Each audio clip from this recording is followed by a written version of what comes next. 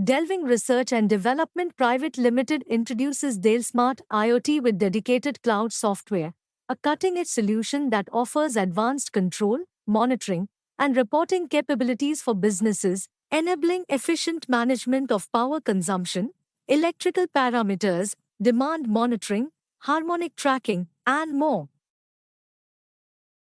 This is the login button.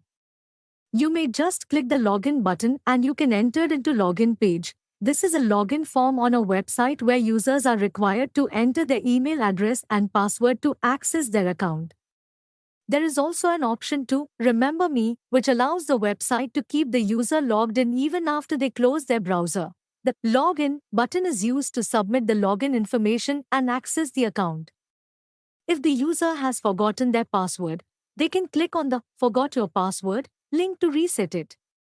After that, you entered the correct login details with the given captcha. Please click the login button and you will access your account. This is a dashboard for analysis purposes. It may select various sections such as customer information, machine details, and device details, and you need to choose a specific date and click on the search button. Please wait a few seconds to get the data. Here after that, you can see real-time data such as active devices, inactive devices, harmonics for voltage and current, load active hours and load inactive hours for selected devices, total inject kVAR, average power factor R, and maximum demand in kW. Also, it contains the total consumed unit with import and export for kWh and kVH. And also, you can see the individual steps with capacitor rating, active hour, and total injected kVAR for how much are we injecting for reactive compensation. Charts displaying data on voltage, current, power factor, capacitor required, inject kVAR analysis trend, energy consumption, inject kVAR analysis trend, time of day, phase angle, temperature, abnormality log, capacitor log, and energy report.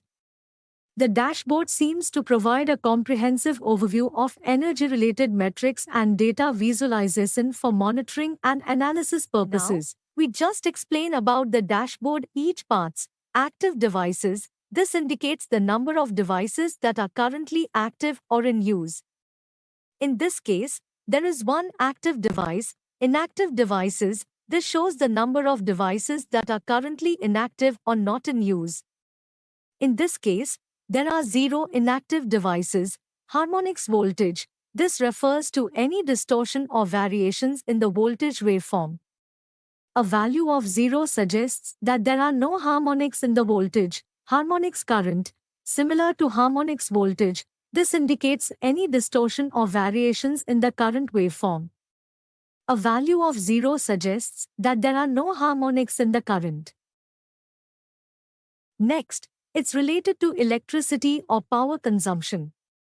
It provides information about different parameters at a specific time. Load active hour. The time is 13 hours 49 minutes. Load inactive hours. The time is 0 hours. Total inject kVAR. The value is 26.77, which might represent the total reactive power injected. Average power factor R. The value is 0.95, which could represent power factor parameter related to efficiency.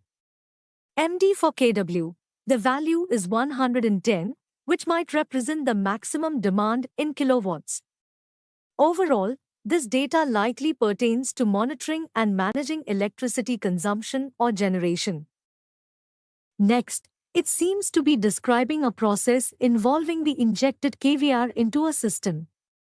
It provides information about the total injected kVAR is 26.77 at present time. It then goes on to describe different steps up to 12 steps, where specific ratings of kVAR, 2, 3, 4, 5 respectively, are applied.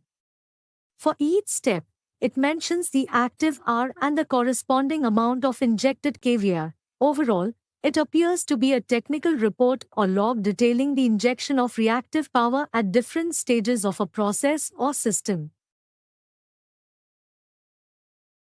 This log appears to be a record of abnormalities detected in a system, likely related to electrical equipment or machinery.